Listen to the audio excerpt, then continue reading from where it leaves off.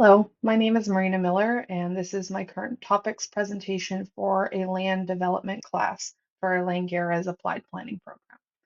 For this topic presentation, we're going to discuss a few land development areas in Vancouver that might be more connected than you think.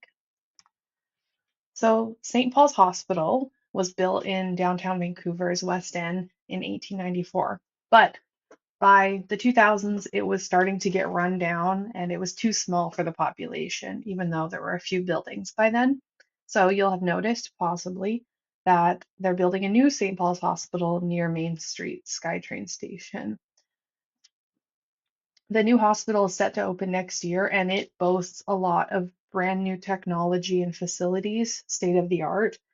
It'll have private rooms and washrooms for patients, larger operating rooms, and even a research center on campus, and kind of more, new facilities such as a medicine garden that was created with First Nations consultation. So that's pretty cool.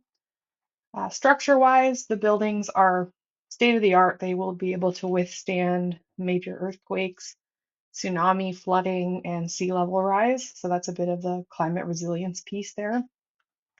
And land use wise, this is pretty cool because it's a major development in the heart of the city, right at the gateway of a lot of transportation. And it's going to change the land use of this area quite a bit.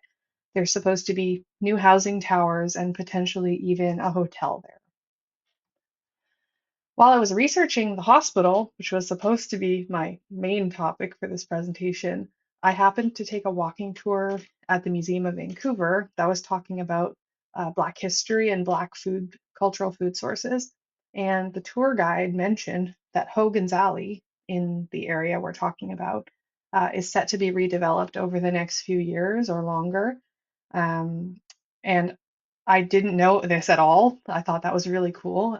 Maybe that's on my part for not having read up on this as much or watching the news.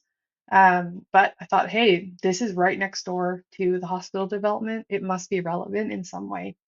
Then, as I kept reading, I found out there's a third area that's being majorly redeveloped, hopefully, in the next few years, close by. That is the Northeast Falls Creek sites. So that's the Plaza of Nations where the Expo 86 was held, and another site there that's owned by a different developer, but it's mostly open space at the moment that's used for things like Cirque du Soleil. And I thought, okay, how might these be connected? And it came up pretty quickly that there's one common denominator that sort of connects these three areas, and that is the Georgia and Dunsmuir viaducts. So these two roadways that kind of get split in the middle by Rogers Arena were built about 50 years ago. And because of their seismic instability, experts are saying they essentially need to come down. This was what the tour guide had mentioned at the museum. And I was like, what? They need to be demolished? And soon. Like they were supposed to be demolished like 5 or 6 years ago, but COVID delayed that. So this was news to me. And I thought, okay, that would be a major shift for the city's transportation network. And now all three of these development sites as well. So they either need to be upgraded or demolished. And I wanted to look into the costs for this.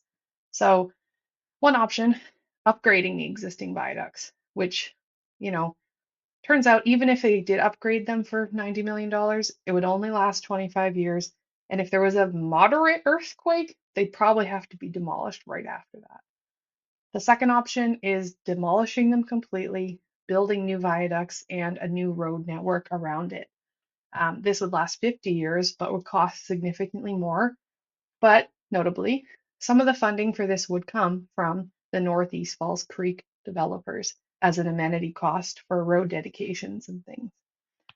The last option is no action. So if we just do nothing, there's a chance that the viaducts could collapse, and that could risk life, property, and even the expo line.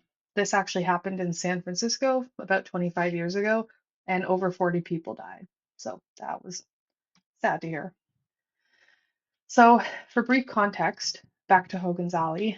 This is a historic Black neighborhood in the, I think, late 1800s, early 1900s, up to the mid century, where residents there were displaced by the colonial and local government to enable the construction of the viaducts.